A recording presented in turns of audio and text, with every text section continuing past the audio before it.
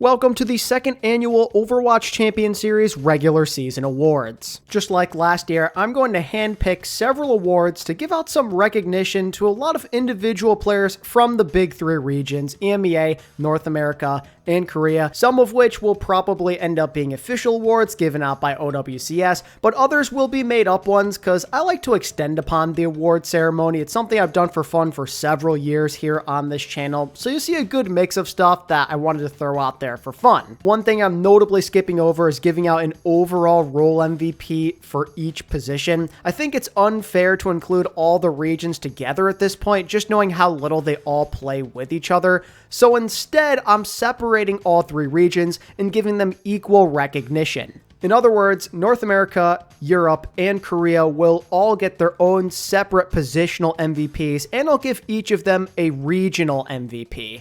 And to end things off, I'll give out some role stars for each region, and if you weren't around for the Overwatch League days, think of role stars as like your all-star teams, although I more so equate it to a all-pro or all-NBA team for NFL and NBA fans out there. And it goes without saying that these awards are entirely based off of the regular season, nothing to do with what happens in Stockholm, Sweden later this month. It all has to do with the three stages we saw and the tournaments that occurred within them. Oh, and as per usual, a lot of the gameplay that you're going to see for these VODs comes directly from the ObsSojourn channel. Please make sure to check her out and subscribe. Her team does God's work for the community. This video would not be possible without their help. If all that sounds good to you, let's dive straight into the video, and I'm going to start with Korea and their overall regional MVP, and by proxy, Flex DPS MVP and Korea Role Star, Proper. I'd like to think there's a good handful of candidates you could select here. I'm giving a big shout out and honorable mention to Donghak. I thought he was pretty meaningful for his team.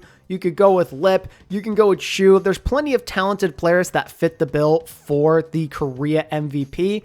But just seeing the impact he's had on his team and how much he elevated their ceiling whenever he played, I'm going with Proper here. It's true he took a couple of weeks off in Stage 2, but whenever he did play, it made a pretty massive difference for this Falcons team. In my opinion, Proper was the glue. They were always at their best when he was in the lobby, when he was popping off, even all the way back in Stage 1. There's been so many big regular season matches and/or tournaments where he's done all of the work, where he's the guy we're recognizing as the player of the match, as the guy having clutch moment after clutch moment. Just look at what he did in the midseason championship, for example. He comes back to the team after a break, and he just brings them completely back to life with such a dominant Tracer. I felt more often than not throughout this year that he was the best player in the lobby, regardless of the opponent, regardless of the outcome. And what really pushes this conversation over the edge for me is that it doesn't feel like anyone is comparable to Proper this season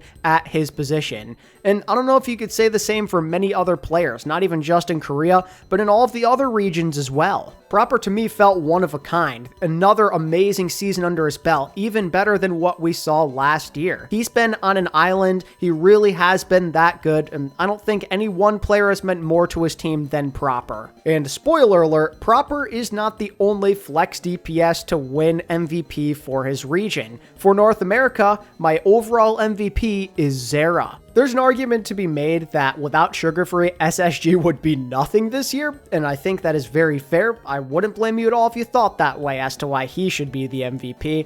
But the truth is that SSG a lot of the time were rather irrelevant this season, while Zera's teams usually were very successful. Stage 2, they unfortunately came up just a little bit short of first place, but they still were at LAN. He has been there every single time, and he's had maybe the highest peak of any non-Korean player this season. Just look back at the China LAN when he went up against Crazy Raccoon and was able to dumpster them with a iconic Tracer performance. And you could argue Quartz also dominated Crazy Raccoon in the very next LAN, but I'd like to think Twisted Minds at least had some type of advantage going for themselves with that Rush Ramatra composition, which Crazy Raccoon clearly were not comfortable with.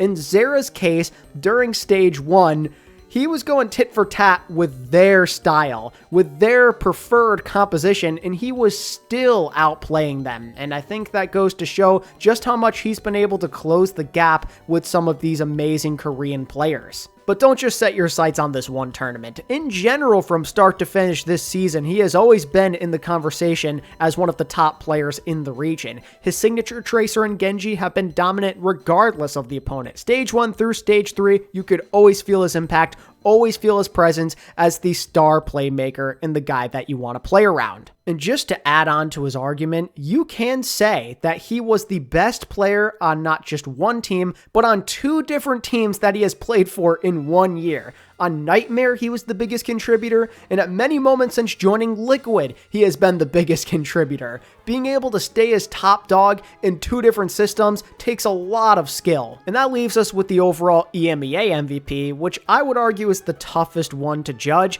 just because the top team has shifted every single stage. An honorable mention for me probably goes out to Landon. He's been insane this year, but I feel like with Katsuya that it's all about the sum of the parts on that team. All of those guys are important in one way or another, and maybe in some instances can be replaceable, but one guy that is one of one, that you cannot replace under any circumstance and is one of the best players in the entire game is Quartz. I don't know if there's any one player more meaningful to their team and what they're trying to accomplish than Quartz. I genuinely believe maybe outside of a select few teams worldwide, just about anyone would be begging for this man to join their team. This man cannot be stopped. He almost always shows up for his team. And it genuinely felt like Twisted Minds more often than not were waiting on him to do the work. We're waiting on him to get the critical picks or to have that pop-off moment. How many times would we sit there and say, oh, Quartz didn't kill everything, so they lose. Quartz is not having enough space to do what he wants, so they're gonna lose. Think back to Stage 1 before they started to figure things out. When they had Hadi on tank,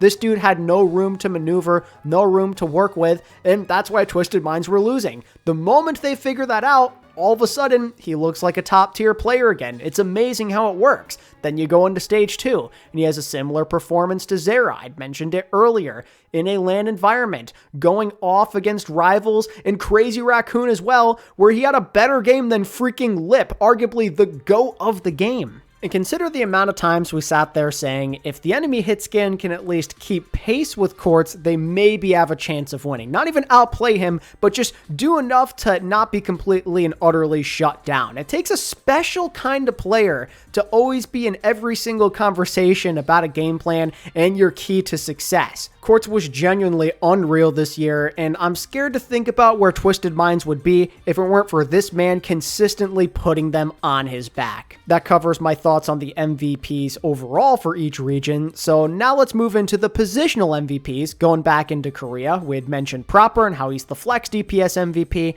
but what about his partner in crime? Who is the hit scan MVP? In my opinion, it's gotta go to Lip. I want to give an honorable mention to Proud, who has been pretty good this year, and Merit for playing well for like half a season, but Lip for sure was the best overall hit scan in this region, and I don't think it's all that close. Yeah, he did take a couple of weeks off, so maybe you want to tack off some points for that, but when you look at the big picture, all of the important games, this dude was always around, and he almost always showed up too.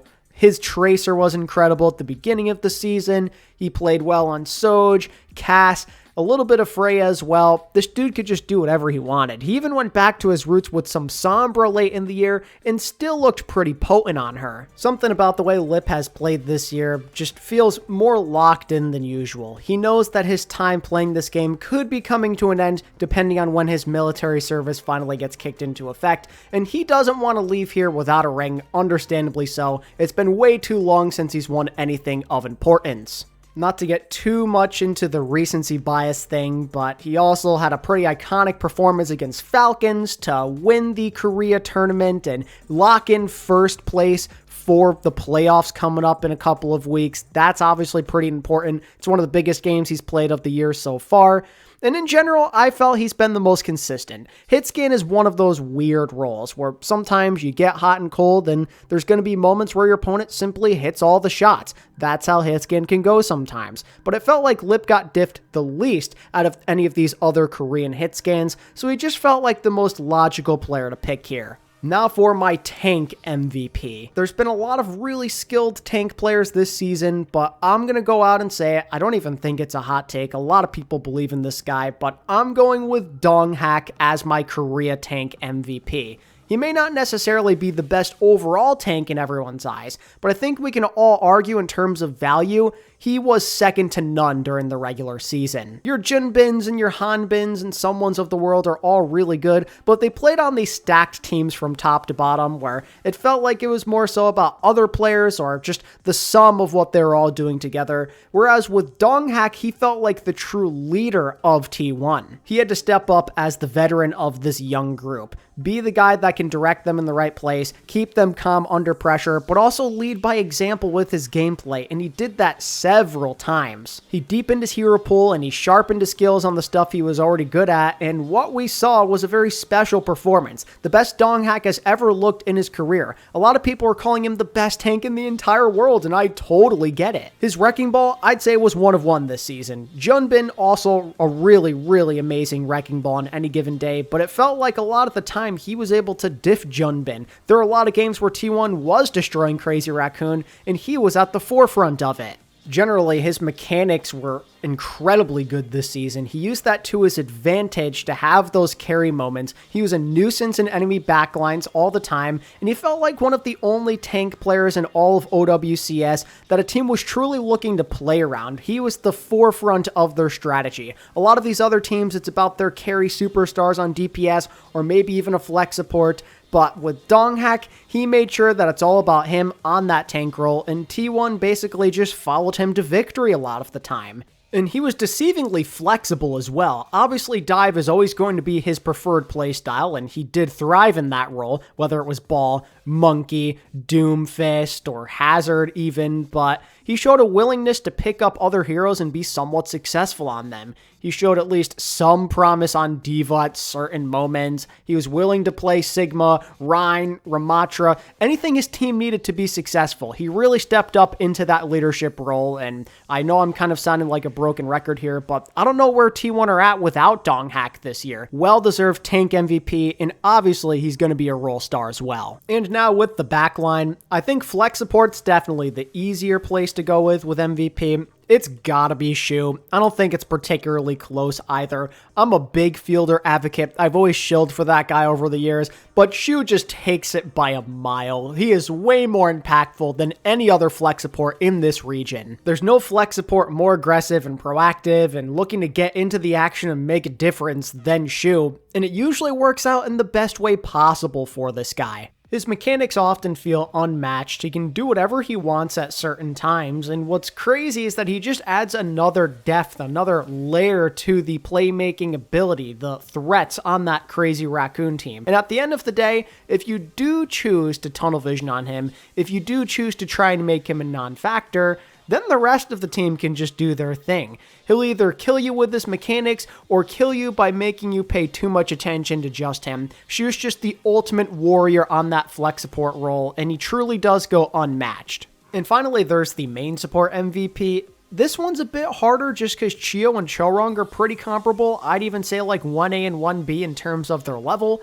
But just to change things up, I'm going with Chio this year as my main support MVP. I just think he's done a little bit more compared to Chorong this year. Not to say that Chorong's had an off year or he's been bad. I just think that Chio has stepped up compared to last year where he was up and down. He was a little bit more consistent to me, a bit more noticeable with his gameplay, mechanics, and what he was looking to do to help be successful with this Falcons team. I thought he was one of the better players on this team pretty sneakily this season, and I'm more than happy to give him the nod here. That about does it for the Korea positional MVPs. We'll return to them a bit later to talk about the role stars. For now, let's move over to the NA positional MVPs. I brought up Zera before for flex DPS, and beside him, my hitscan MVP could be a little controversial as I do think there are some really good picks here, like Tree and Chronic. They've both been incredible this season, but my NA hitscan MVP is actually going to be Lethal. I get it, Chronic and Tree, especially in Stage 3, were absolutely eating. They're both great honorable mentions, but this is an award that considers the entire season, and if you look at it from start to finish, someone who's always been present since the very first week until the very end was Lethal. I'd say longevity and consistency definitely matter, and Lethal has that on lock compared to the other two, while again having comparable skills, literally right at their level, really not that much of a difference. He's been doing it for longer, and his team has found more success with him coming up big in a lot of moments. I think back to the Stage 1 playoffs and how he was able to destroy Liquid on Havana, or how he was able to play well enough to keep his team in the game against SSG to eventually pull away. He was great throughout most of Stage 2 as well, came up big in that grand finals against Liquid, and he's continued to be good since then to end the regular season. There weren't many moments where I considered Lethal to be a detriment to his team. In my opinion, he was one of the most underrated star players in all of OWCS, and I want to give him credit for his efforts. And that's not even considering how he stepped up pretty big in the international stage as well. Against AlexyOWL, Falcons, Crazy Raccoon, he showed up in all those games and on a lot of different hitscan heroes, from Sojourn to Ashe to Freya to Cassidy, even played some Sombra as well to flex for his team. Lethal did a little bit of everything, and I think he flies under the radar as a really, really good hitscan player. You get the idea though, so we'll drop it there. Let's talk about the NA Tank MVP. I'm going to give a shout out to Kuffa, who I thought was pretty brilliant throughout this season, and had Hawk played the entire year, maybe he'd be in this conversation too, but I can't think of a better candidate to give this to than Infected. Infected was absolutely brilliant this season. After the first few weeks of struggles for Liquid, that play just kept getting better and better and better. I've seen consistent improvement from this man, and he was already seen as a very talented player coming into the season. Genuinely, his hero pool is by far the deepest in this region, and it gave his team such a big advantage. Outside of D.Va and like maybe Zarya, he could play basically everything, and that is such a huge advantage because a lot of these other tanks in this region are very limited in what they can play. That wasn't a problem for Infected. That allowed for Team Liquid to have many different strategies to help counter their opponents. Some of those strategies were certainly planned, like on Cervasa, for example. That Sigma composition, countering both SSG and GK, that got them a couple of big wins in some pretty big series, and some of it was unplanned as well. And that also works to your advantage. If your opponent's countering you, if you're limited in what you can play, you may be more hesitant to make those swaps. But you can go full on with your composition, a full on swap with Infected there, because you don't have to worry about the fall off. If you need to go from Ball to Ramatra or Rizla, he's got you covered. And again, that was such a big advantage compared to some of these other teams. I think that's why Liquid were consistently competitive and almost always relevant. And what I love is he just keeps on evolving. He's got the stuff he's comfortable on that he'll excel in, like the Wrecking Ball, NA's best, one of the best Winstons, if not #1 there as well, but then he continuously got better on other things to close the gap with some of these other tanks. It's that constant improvement, that constant evolution that makes Infected one of the best prospects in all of OWCS. He was without a doubt the most valuable tank player when you take all of that into consideration. But who's joining this NA super team at support? So my flex support MVP is gonna be Ultraviolet. CJ and RuPaul, credit goes where it's due, definitely helped close that gap in Stage 3. They were also really, really good. But kind of like with Lethal, when I was mentioning him earlier, if you look at the season and its totality, Ultraviolet was always at that level, and there were moments where no one was even touching him. I'd say both Stage 1 and Stage 2, that was the case. He was significantly better than the competition. I think you can make a strong argument right now he's the best non-Korean flex support in the game. I might even say top 3 in the entire world. Some people may say, what does he do that makes him so special? But for me, it's more, what does he not do? Ana, Kiri, Bap, he was just elite on all of them. During the early portion of the year, it was clear that GK wanted to be the superior dive team. Oftentimes that worked, and a lot of it had to do with that synergy between Ultraviolet and Kuffa, that ability to set him up with those long-range nades. He was so good at it. Then later in the year, once Kiri became more of the staple, he just showed that consistency you're looking for, never having those really bad performances, always doing enough to keep his team in the game. And let me tell you, when they brought out that patented Lifeweaver BAP composition, he went off. Him and Admiral just had that on lock. Lots of almost or actual full holds with that composition. Ultraviolet was a true leader on this team. I know that everyone on GK was really great, but I thought that he was the standout star and the glue that held them together. He was elite from stage 1 until stage 3, and I just can't say that about any other flex support in this region. Oh, and speaking of Admiral, he's going to be my NA main support MVP. I don't think this one is all that close either. I think Vega did a pretty good job towards the end of the season. Late stage 2 and all of stage 3, he was great, but it's another one of those situations where the guy who played well from the very beginning until the very end was absolutely Admiral. Low-key, I kind of feel bad for him just because main support goes under the radar so often. It's an often ignored position, but he was really good at what he did.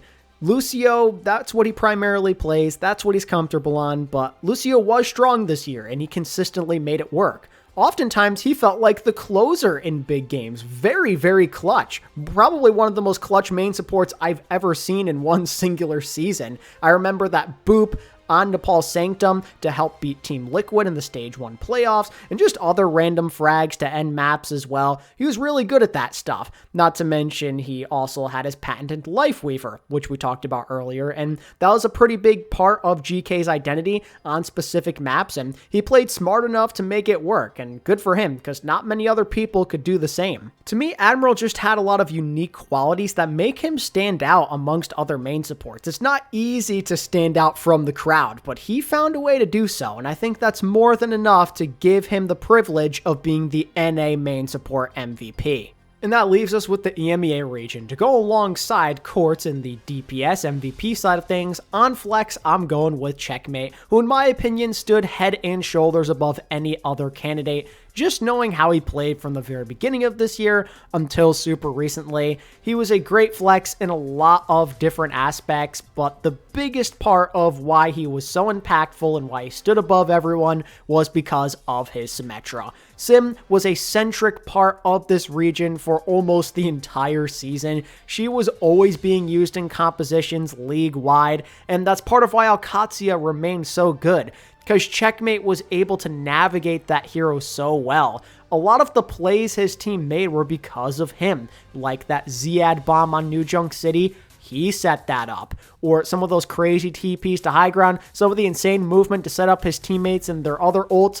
It has to do with him and his understanding of the hero. I thought he was the best Symmetra of the regular season, regardless of the region, even outclassing Yubi at certain points, running circles around him. And it's not like it was just Sim. Obviously, that gives you a lot of points knowing how important she was to this region, but he was good at Tracer, he was good at Genji, one of the best in the region on both of those heroes without a doubt. Checkmate did a little bit of everything for that team while being the pillar of consistency that they needed. But Checkmate is definitely not the only elite AlexyOWL player this season. I got a couple of his other teammates to go over here. First and foremost, the EMEA tank MVP for me has gotta be Ziad. Probably my favorite story of the year was his up-and-coming season here. If we were to give out a Rookie of the Year or like up-and-comer of the year, I guess, it would be him without a doubt. This was his first real opportunity to be a leader, to be on a good team as a starter, and he made the most of it, to say the least. I thought for sure that tank was probably going to be the weakest aspect of AlexyOWL coming into this year, but he quickly turned it into probably one of their biggest strengths. Early on, I thought this guy was just a Malga player, not all that flexible, but that was proven wrong very quickly,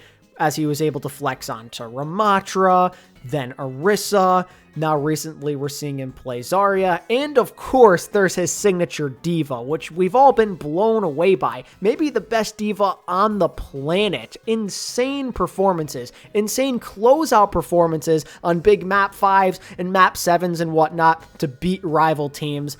This dude was incredible at his craft. Everything that he played was golden. And the kid's like 17 or 16 years old, whatever it is. He's still so early into his career and he's already this good.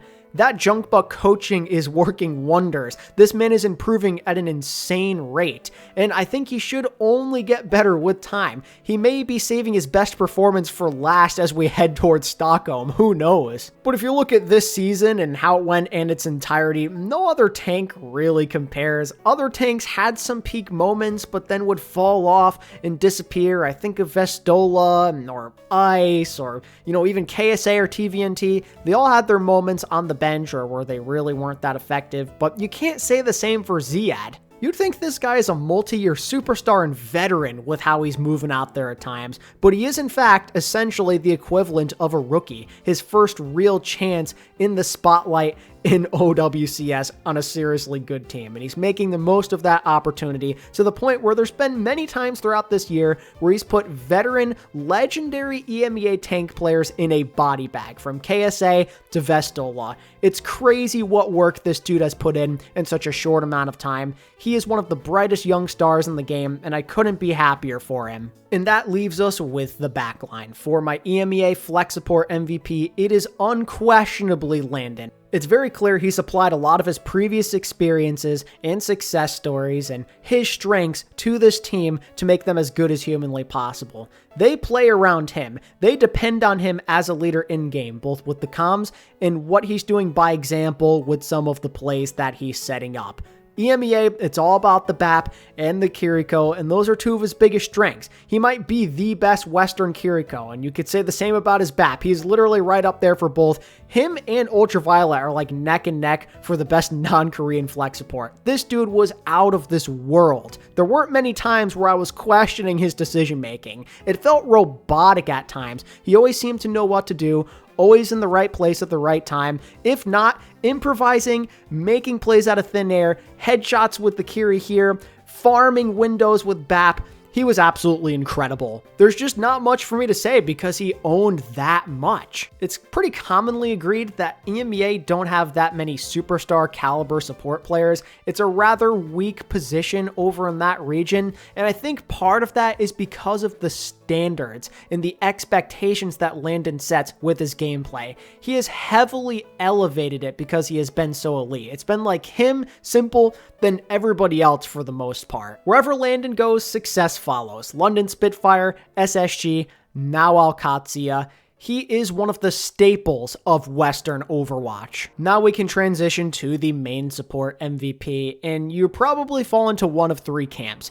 Either you're a funny Astro guy or girl, you're a Fixa guy or girl, or you're more so a fan of Kelix. All three are tempting options, and I don't think there's that much that separates them, but I'm going to get a little spicy, change things up, not just have all Alexia and Twisted Minds players, and go with my guy Fixa for my EMEA main support MVP.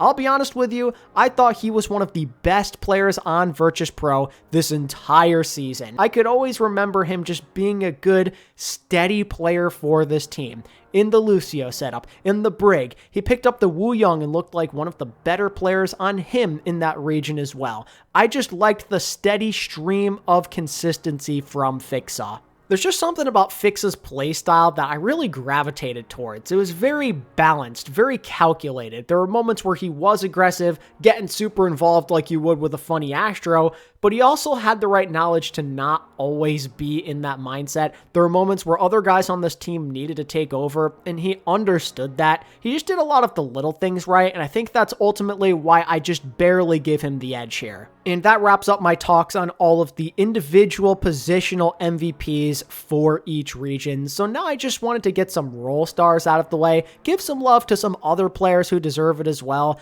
Obviously, anyone who won a positional MVP is going to be a regional role star, but that only makes up about half of the ballot. We gotta give some love to some other notable performers as well. Before unveiling my selections, in case you're curious, I'm only doing 2 tanks, and I'm doing it this way just because with it being 5-on-5, there's more of an abundance of DPS and support, so it makes sense to give more to those roles, whereas with tank, there's only one in the lineup at any given time, and there's less of an abundance to choose from, so that could affect the quality if I go with 4, so I feel like it makes more sense to just go with 2, since it is more of a rare role. So for Korea, alongside Donghak, I'm giving the nod to Junbin as my other tank role star. DPS will consist of Lip, Proper, Proud, and Heesang, and then support will be Shu, Fielder, Chorong, and Chio. To give some quick thoughts, obviously Junbin was really great this year. Maybe not quite as dominant as last season, but he still did have a lot of big moments for his team. Donghak was just a bit more valuable. That's why he gets edged out in the tank MVP conversation,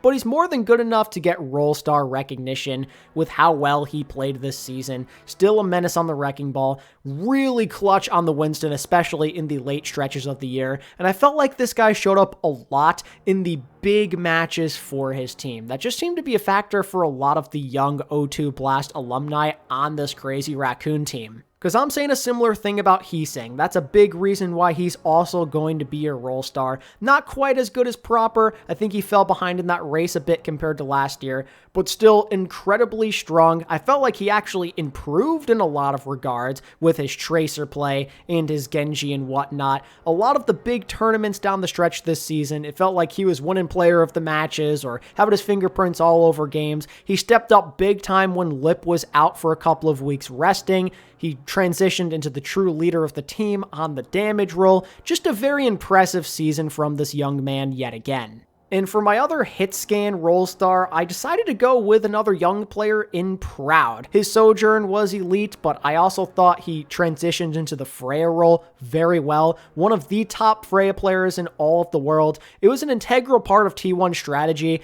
especially in Stage 2. He's really come into his own as a young star player of the region, and is one of the best players in the world who can only get better from here. Much like Ziad, this was his first real chance to be on a significant team, one that has a lot of resources, and he didn't let it go to waste. Proud was excellent, and I'm glad he's on here. Then support's probably the biggest no-brainer of all. If I'm not going to have Fielder and Chorong as the positional MVPs, they're going to be role stars. Crazy Raccoon and Falcon's backlines are just infinitely superior to anyone else's. I can't think of anyone who really even came close. There were people that impressed from like T1 and Wei, let's say, but they just didn't have the same wow factor as a Fielder or a Chorong. They were great, and that's all there really is to say. They've been great for a long time, so of course they have to be role stars. For my North America role stars, at tank, it'll be Infected and Kuffa.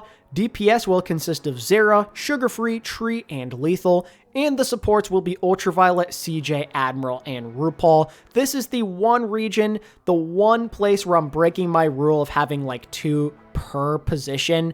I want to go with 3 flex supports. I'm tripling up here just because main support wasn't all that impressive in NA this year outside of Admiral, at least to me. So, for the 2 new support candidates we're adding to the mix here, RuPaul and CJ I had mentioned earlier in comparison to Ultraviolet and how they closed the gap, and it's nothing but the truth. They have steadily progressed, both of them, since the beginning of the year. RuPaul didn't have the greatest start this season on Team Liquid, but I think he refound his dominant self as this team started to get more comfortable playing with each other, and throughout he has been the leader. He's obviously the most experienced guy on this team. They look up to him in his insights and what he can do in-game, and he makes sure not to let them down. He's still a magician in the honor roll, making something out of nothing, and in general I think his Kiriko has steadily improved. It's come a long way since the Toronto Defiant days last year. I am genuinely impressed. He and Vega obviously both played really well down the stretch, but I think a lot of it more so is RuPaul just being so in tune with his team,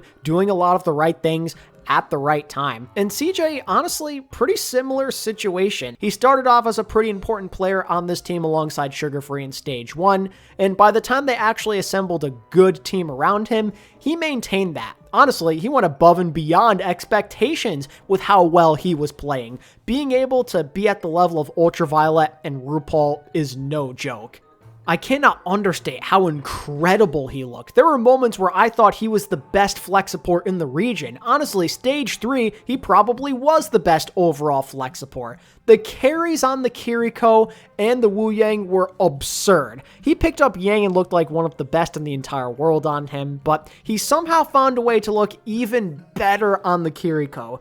Some of those Suzus that he had throughout Stage 3 were some of the most mind-bogglingly amazing Suzus I think I've ever seen in the history of Kiriko gameplay. This dude was on. He was so in tune with what was around him. He was predicting the future in live time.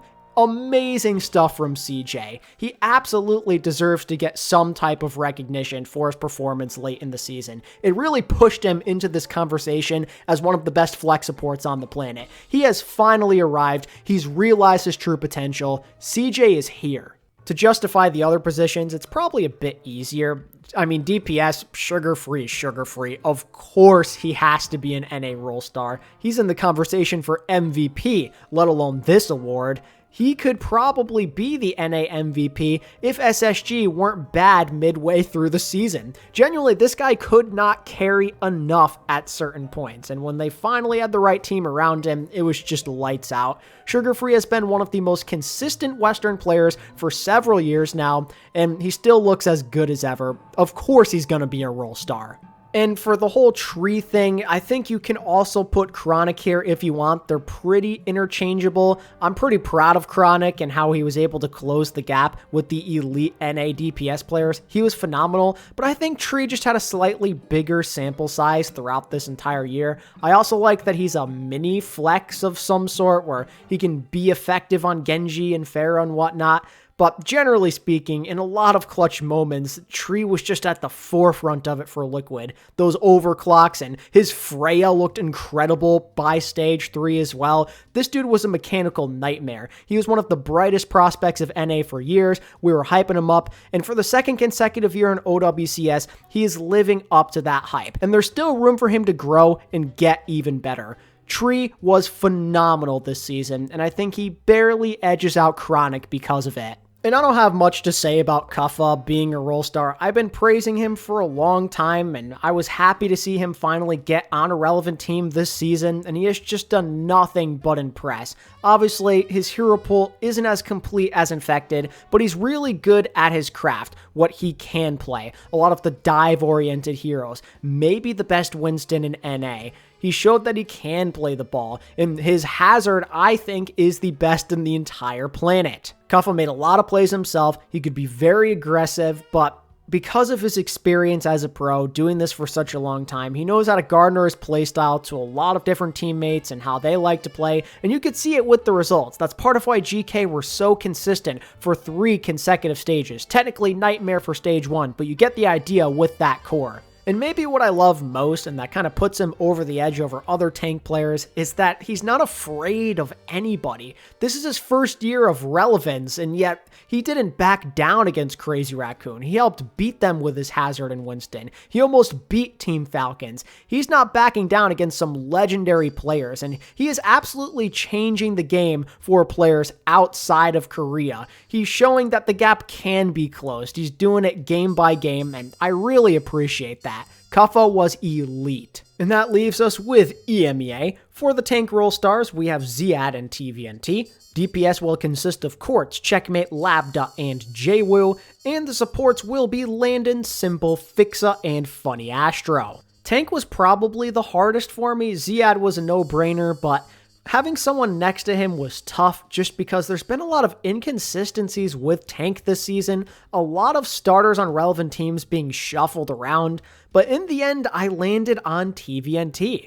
He's going down as one of the most underappreciated players of the entire season. There were many moments throughout this year where he stepped in a moment's notice and produced 4 Twisted Minds. He was partially the hero for this team in Stage 1 when Hottie was struggling. He comes in and they look a lot better despite coming up short. There were moments in Stage 2 where he still found playtime even though they brought KSA back in. And then in Stage 3, he assumed the mantle as almost the permanent starter for the most part, to the point where he was being a leader in the Stage 3 playoffs and a big reason why they were able to dominate alexyOWL. He was super flexible for this team in a lot of aspects. He was unselfish, he was being benched at certain times in favor of other players, but he'd always come in, be the hero, and rescue this team from despair when they needed to shake things up, when they needed that extra bit of flexibility. It helped make this Twisted Minds team less one-dimensional than they've been in years past. They no longer had to just cater to one specific playstyle because he offered so much more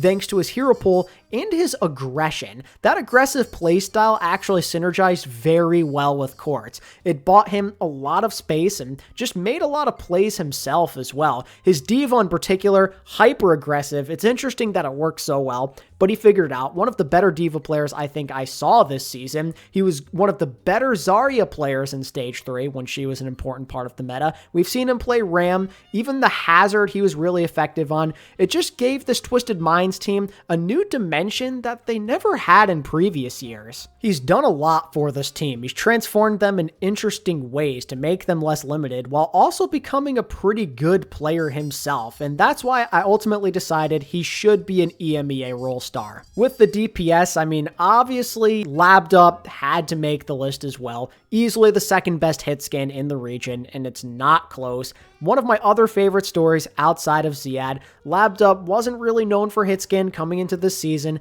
but he picked it up and became elite on it before the first stage even ended. And a lot of the time, alexyOWL's success garnered on his ability to clutch up and keep pace with the likes of a Quartz, for example. And many times he stepped up to that mantle and he did enough. He wasn't always playing at the same level, but there certainly were some moments where he could outshine him, and that is the best honor, the best compliment you can give to someone knowing how amazing Quartz is at this game. Alongside Tank, I considered Labda to be one of the weak points of this team, but he showed that there's a reason why he was on Twisted Minds back in the day, why he was on the Saudi Arabian 2023 World Cup team. He's flexible, he's a fast learner, and he is a winner. Labda, you could feel his presence in just about every single stage playoff and every single international tournament. The Sojourn pop-offs, the Freya pop-offs, this guy has become a superstar player. The other DPS is where things maybe get a little dicey, where some people may disagree. Some of you may want to go with Kevster, or maybe you say, I don't know, Psycho, but JWoo is a guy that deserves a nod. People forget that VP were also a really good team this year just because they peaked early on in the season.